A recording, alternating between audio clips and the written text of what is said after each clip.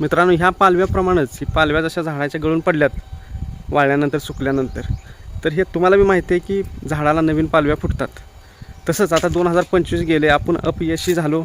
2025मध्ये मला यश मिळालं नसेल धंद्या पाण्यात, नोकरीत, कुणी काही कशात लॉसमध्ये गेलं असेल, कुणावर काय काय संकटे आले असतील, काय झालं असेल 2025मध्ये, देव करू असं होऊ नये. पण तसं झालं जर असेल तर ह्या सगळ्या गोष्टी आता विसरून जायच्यात.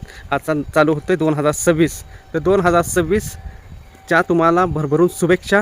आणि तुम्हाला जी काही तुमच्या धंद्यात, कामात, तुमच्या व्यवसायात जे काही लॉस झाले, तर त्यात तुम्हाला आता तुम्ही यशस्वी होणार, नवीन पाऊल टाकायचं, नवीन जोशानं, नवीन हिमतीनं.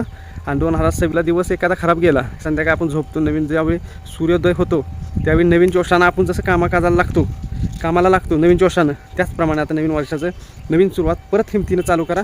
आणि त्या अनुभव हा लय मोठा असतो. जसा गुरु सर्वात श्रेष्ठ गुरु असतो, गुरुबिना काही चालत नाही, गुरुबिना कुणीही मार्ग दाखवू शकत नाही. तर गुरुचं महत्त्व तुम्हाला पण मित्रांनो माहिती आहे.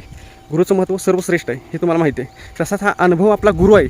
आणि गुरुसोबत घेऊन जर आपण कामाला पुन्हा सुरुवात केली तर त्यात आपण यशस्वी होणार ही 100%.